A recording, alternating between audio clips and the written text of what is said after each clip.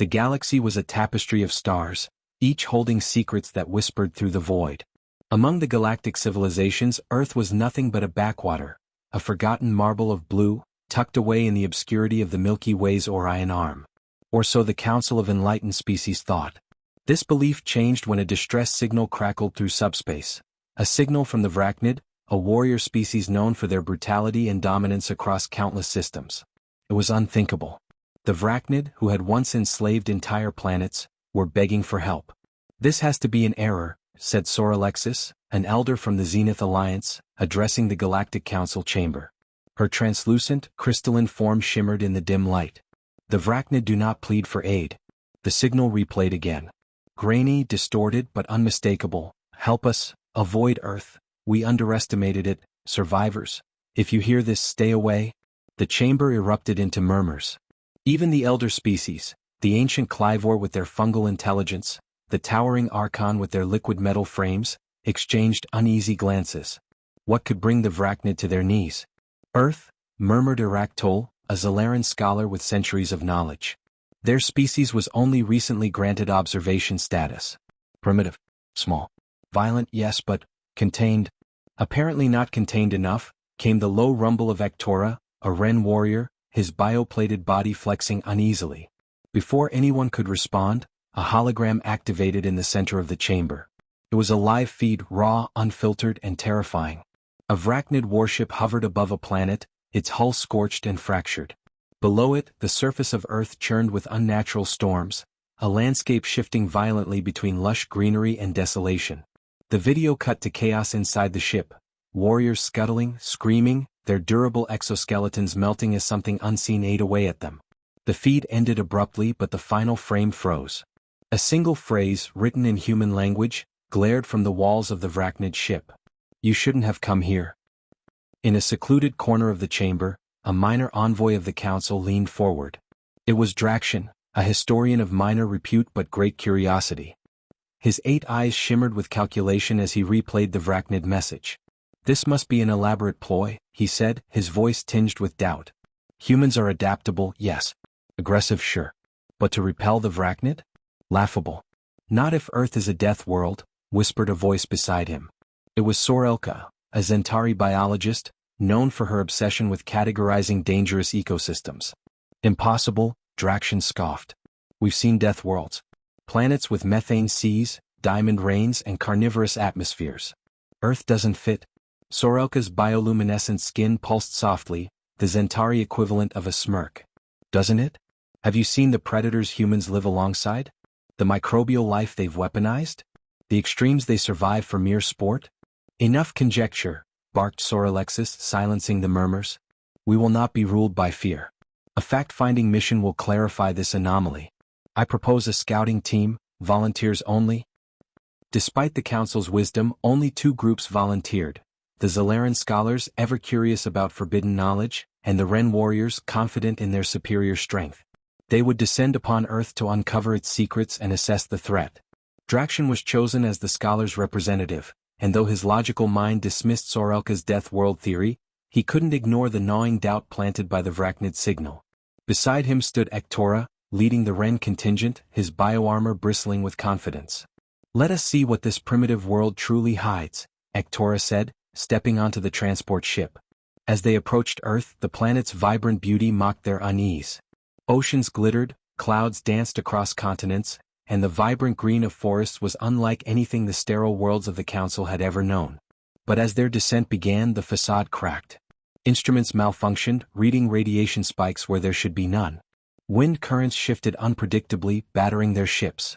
Lightning struck in ways that seemed deliberate. "Landing compromised," barked Ektora as alarms blared. "Brace yourselves." The ship crash-landed in a dense forest, its hull steaming against the wet earth. The air shimmered with humidity, but there was an underlying scent, metallic and sharp, like the prelude to violence. "Status report," Draction called, struggling to steady himself. Ektora didn't respond. His bioarmor was alive, scanning the surroundings, but something in his stance shifted. For the first time, the Ren warrior seemed uncertain. "Eyes up," Ektora finally muttered. "We are not alone." The humans came without warning. They didn't announce themselves with fanfare or diplomacy. They emerged from the forest like ghosts, their figures blending into the foliage, their weapons unlike anything seen in the galaxy. Not energy-based. Not plasma. Something simpler yet infinitely more brutal, kinetic weapons, each designed to tear through flesh and bone with savage precision. The first human, a woman with eyes like ice, stepped forward.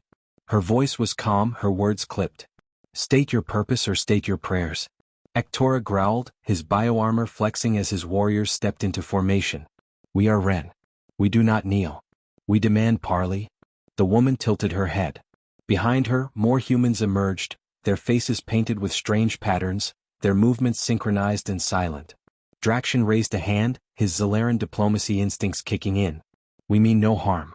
We are scholars and warriors sent to—" "Scholars and warriors?"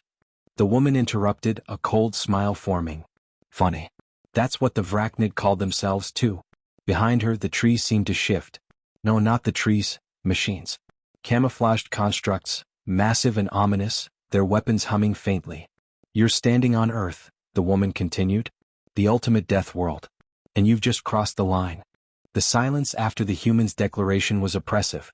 The air itself seemed to vibrate with tension, carrying the scent of damp earth and the sharp tang of ozone. Draxion's 8 eyes darted across the scene, taking in the strange humans and their camouflaged machines. These creatures, once considered primitives by the Galactic Council, now exuded an aura of predatory confidence. Ektora's bioarmor bristled with energy, the Ren warriors poised to strike. "We demand safe passage," Ektora growled, his voice a low rumble. The woman's smile didn't falter. "Safe passage," she repeated as if tasting the words. She turned to her comrades, who exchanged glances laced with dark amusement. "You crashed here. Earth didn't invite you. And now you demand safety?" Her voice hardened. "You have 2 options. Comply with our protocols or take your chances with the wilds." Draxion stepped forward, holding up his segmented hands in a gesture of peace. "Please, we are not your enemies. We are here to learn. The Galactic Council sent us to investigate the nature of your planet and its recent events."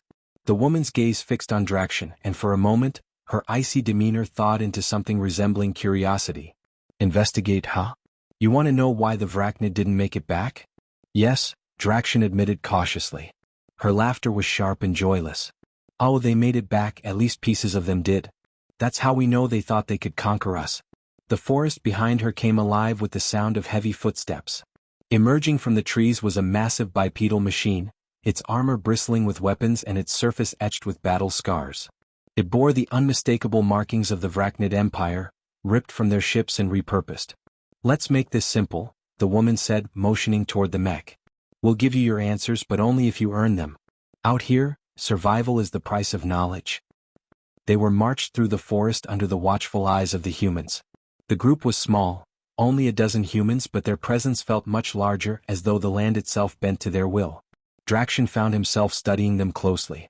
Their movements were precise, economical, and almost unnervingly coordinated. Unlike the Galactic Council species, who relied on advanced technology for protection, the humans appeared to merge with their environment. Their machines were tools, not crutches. Ektora, however, was less impressed. "They're arrogant," the Ren warrior muttered, his bioarmor pulsing with latent energy. "Weak. Fragile. I could crush one with my bare hands." Draxion sighed. "That kind of thinking is what got the Vracnid killed. Don't underestimate them." Their march ended at a clearing dominated by jagged rock formations and steaming pools of acidic water. Above, storm clouds churned with unnatural ferocity, and the air was thick with the scent of sulfur. "This is your trial," the woman said, gesturing toward the treacherous terrain. "You'll cross the flats and retrieve the black crystal from the peak." She pointed to a distant spire of rock jutting into the sky. "Bring it back intact and we'll talk." Ektora's laughter boomed across the clearing. "This is your challenge? A simple retrieval?" The woman's expression darkened. "The flats don't care how strong you are. They don't care how smart you are. They only care about one thing, whether you belong here." Draxion felt a cold chill run down his spines. "What happens if we fail?" The woman's icy smile returned. "You won't get the chance to regret it."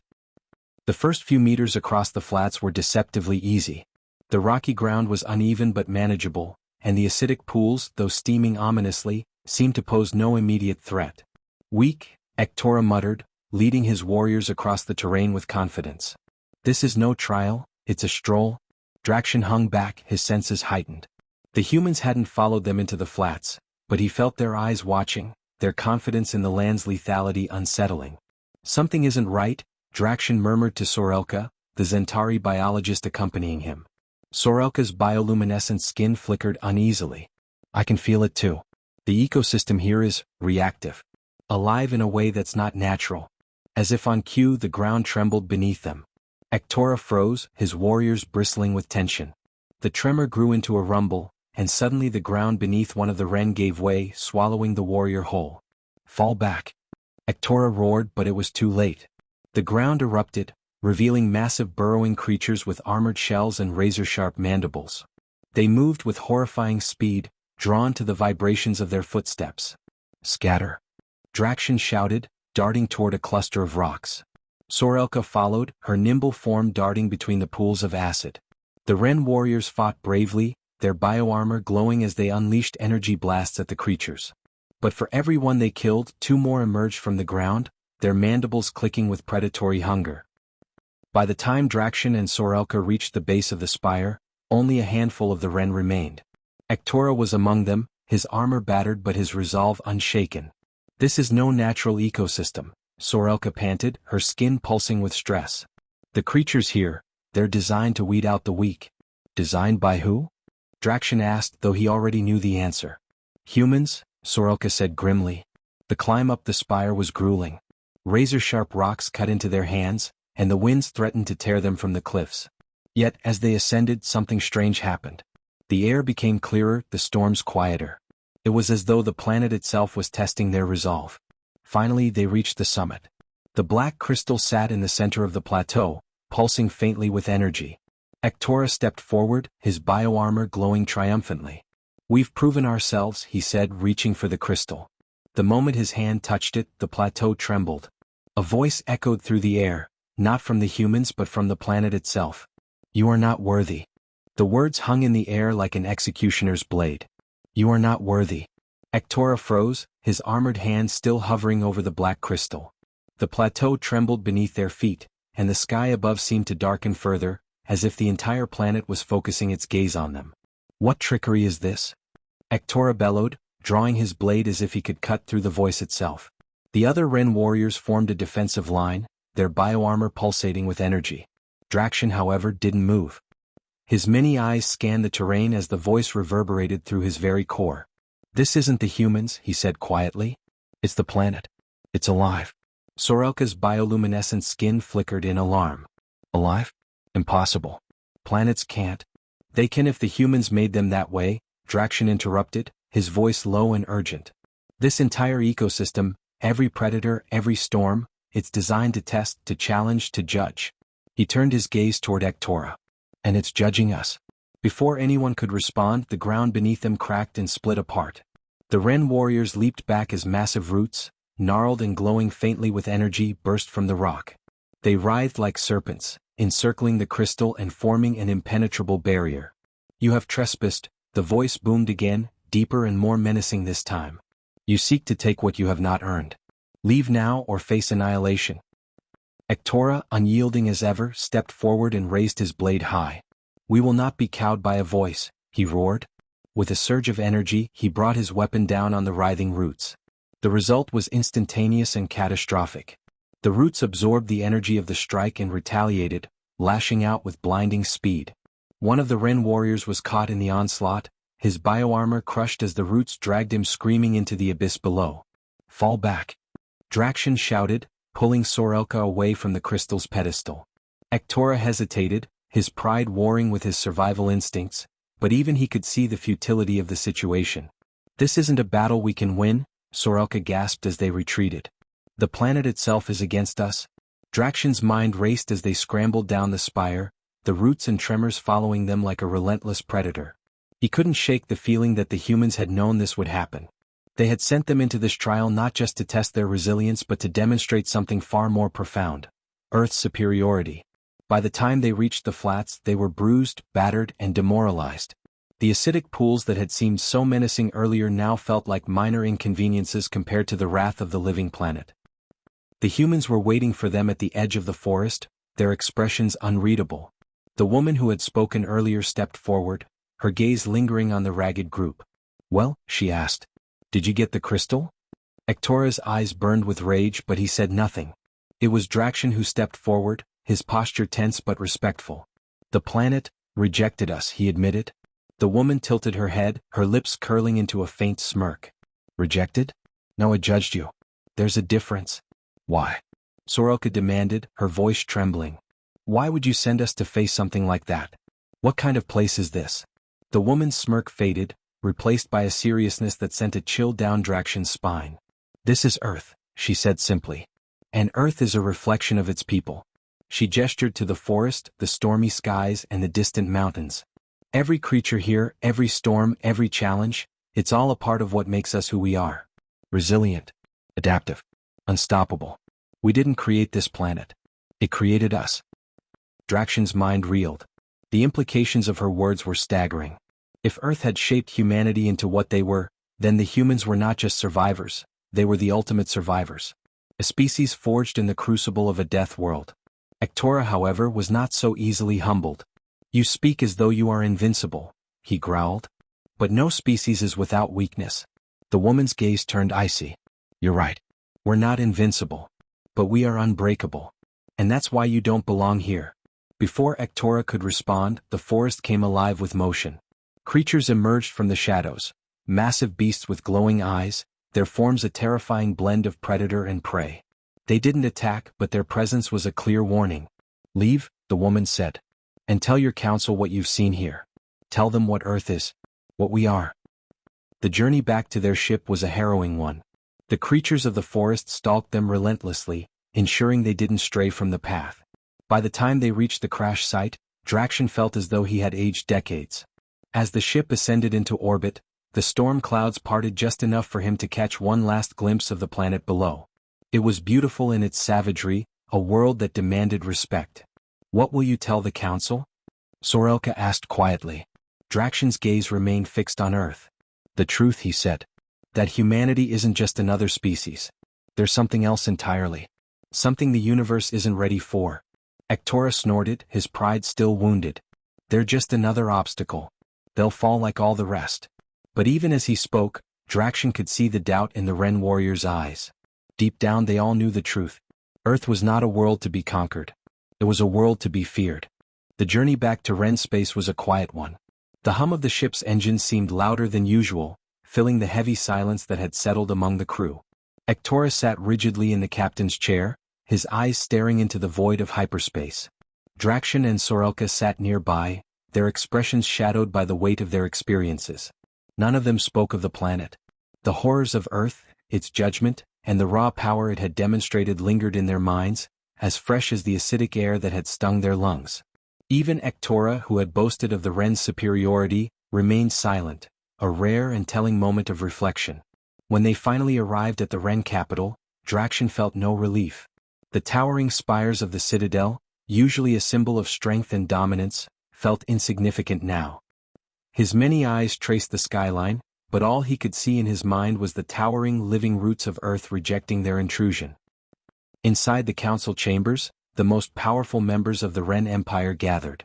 The semicircular hall was packed with warlords, strategists, and scientists, all eager to hear the report on the human homeworld. Word of the expedition's failure had already spread, and whispers of Earth's reputation had reached even the most skeptical ears. As the three survivors entered, the murmurs stopped. All eyes turned to Ektora, who marched forward with his usual pride, though it seemed more forced now. Behind him, Drakshin and Sorelka followed, their faces more reserved. "Ektora," boomed Supreme Warlord Kronvel, his voice echoing through the chamber. "You were sent to assess the humans and their planet?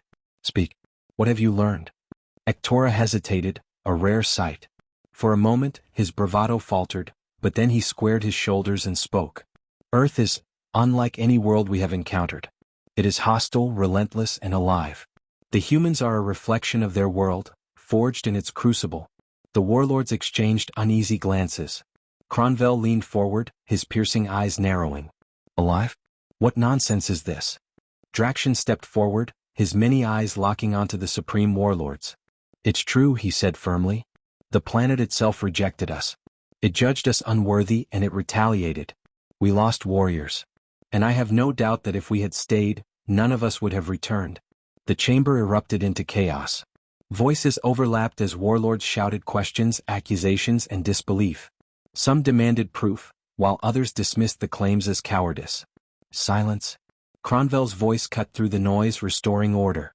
He turned his gaze back to the survivors. Are you telling us that the humans possess technology capable of weaponizing their entire planet? It's not technology, Sorelka said, her voice trembling but resolute. It's the planet itself. The storms, the creatures, the environment, it's all designed to challenge and destroy. The humans don't need weapons. Their world is their greatest defense. For a moment, Cronvel was silent, his expression unreadable. Then he rose from his seat, towering over the assembly. If what you say is true, he said slowly, then Earth is not just a danger. It is an anomaly. A threat to our understanding of dominance in the galaxy. Draxion stepped forward, his voice cutting through the tension. Supreme Warlord, I do not believe Earth is a threat, unless provoked. The humans allowed us to leave. They warned us to stay away. I suggest we heed that warning. Cronvel's eyes narrowed. Are you suggesting we bow to a primitive death world species? I am suggesting, Draxion said carefully, that we do not underestimate them. The humans are not primitive. They are survivors. Conquerors of their own hellish world. If we challenge them, we will lose. The chamber fell into a stunned silence. Draxion's words carried a weight that even the most stubborn warlords couldn't ignore. After the council dismissed them, Ektora, Sorelka, and Draxion stood in the shadow of the citadel, watching as the twin suns of their homeworld set. You were bold in there, Sorelka said, breaking the silence. I spoke the truth, Draxion replied. Whether they listen or not is out of my hands. Ektora, who had been uncharacteristically quiet, finally spoke. Do you really believe the humans could defeat us? Draxion turned to him, his many eyes unreadable. I believe they wouldn't have to. Earth itself would do the job for them. Ektora grunted but said nothing more. His pride was too deeply ingrained to openly admit fear, but his silence spoke volumes. Weeks later, reports began to trickle in from other species that had ignored humanity's warnings. Fleets lost in Earth's orbit. Ground invasions swallowed by the planet's relentless storms and creatures. The galaxy was beginning to understand what Draxion and the others had already learned. Earth was not just a death world, it was a warning. Humanity had no need to conquer. They simply existed, and that was enough to make even the most powerful empires reconsider their ambitions. For the Wren, the decision was clear. They would leave Earth untouched, a forbidden world at the edge of their maps. And as Draxion watched the Council quietly draft the Declaration of Non-Interference, he couldn't help but feel a deep sense of relief. Humanity's true power wasn't their technology, their resilience, or even their planet. It was the fear they instilled, not through threats, but through the undeniable truth that they were something the galaxy had never seen before. Earth was a challenge. Humanity was its answer. And the galaxy would never be the same.